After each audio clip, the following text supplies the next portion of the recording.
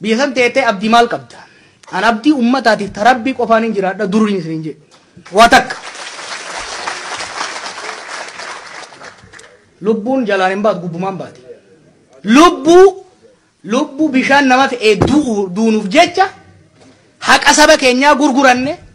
لبو سوداني مالك أم بيتمني أبداً أدي إذا رومان جراني تونو kanaaf abbaan fedhe waan fedhe oo kafidu taate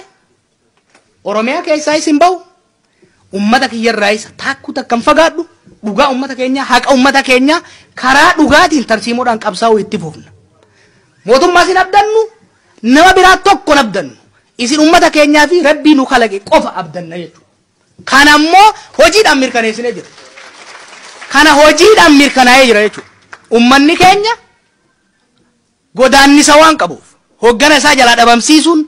waan beekamaa tureef ana qofaa miti